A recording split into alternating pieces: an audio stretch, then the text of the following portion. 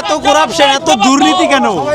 দুর্নীতি তো সব আমাদের মুখ্যমন্ত্রী বাড়াচ্ছে। আচ্ছা আচ্ছা আচ্ছা, আপনাদের কি এই লক্ষ্মীর ভান্ডার দিয়ে কোনো কাজ হয়?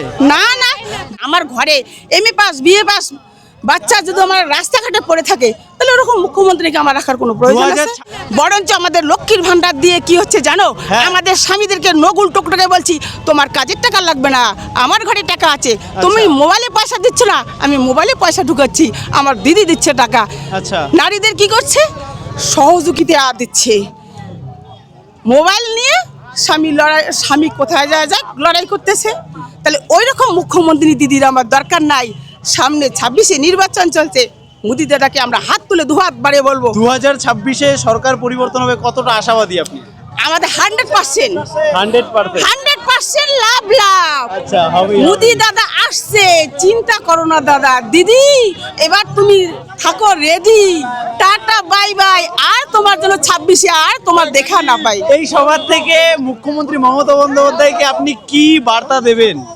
মুখ্যমন্ত্রীকে কি বার্তা দেবো, আমাদের ঘরে ঘরে ছেলে জায়গা জমিন বিক্রি করে চাকরি দেবে, টাকা দিবে, হে দিবে সে দিবে, বিনিময়ে সব কিছু দিবে, কিন্তু কি হচ্ছে, আমার টাকা নিচ্ছে, চাকরি হচ্ছে না।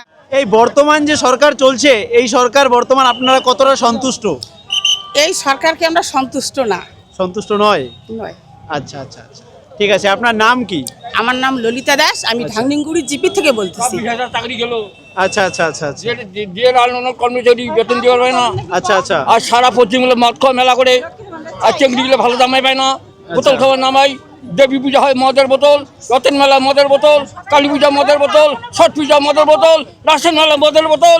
আমার সরকার সারা পশ্চিম বাংলার মানুষগুলো মাতাল মেলালো, মেঘলা বিয়ে হলো, মাতাল হাতে বিয়ে হলো, অবিলম্বে মদের ভাটি কেনা বন্ধ করুন, মদ খাওয়া বন্ধ করুন।